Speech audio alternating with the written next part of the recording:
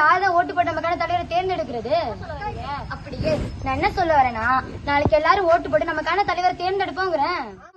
ஆமா, நம்ம குழம்பு முக்கியம் தான். நல்ல தலைவர் தேர்ந்தெடுக்கணும். நாளைக்கு ஓட்டு போட்டு அதுக்கப்புறம் குழம்பு தேடிப்போமா? நம்ம வீட்டுல உள்ள தாத்தா பாட்டி சித்தப்பா பெரியப்பா எல்லாத்தையும் சொல்லி ஓட்டு போட சொல்லுவோம்ப்பா. ஓட்டு போடுறது நம்ம உரிமை மட்டும் இல்ல, அது கடமைன்னு சொல்லுவோம்ப்பா. ஆமாப்பா, அந்த அக்கா சொல்ற மாதிரி நம்மளும் ஓட்டு போடுவோம். சுத்தியுள்ள எல்லாரையும் ஓட்டு போடுவோம். இந்த தடவை நம்ம ஊர்ல அனைவரையும் 100% ஓட்டு போட வச்சு சாதனை படைக்கிறோம். எல்லாரும் வர ஏப்ரல் 23 காடெட்டி ஊராட்சியோட நடுநிலைப்பள்ளிக்கு வாங்க. ஓட்டு போட்டு உங்களுக்கான தலைவரை தேர்ந்தெடுத்துட்டு போங்க. ஓட்டு போட வாங்க.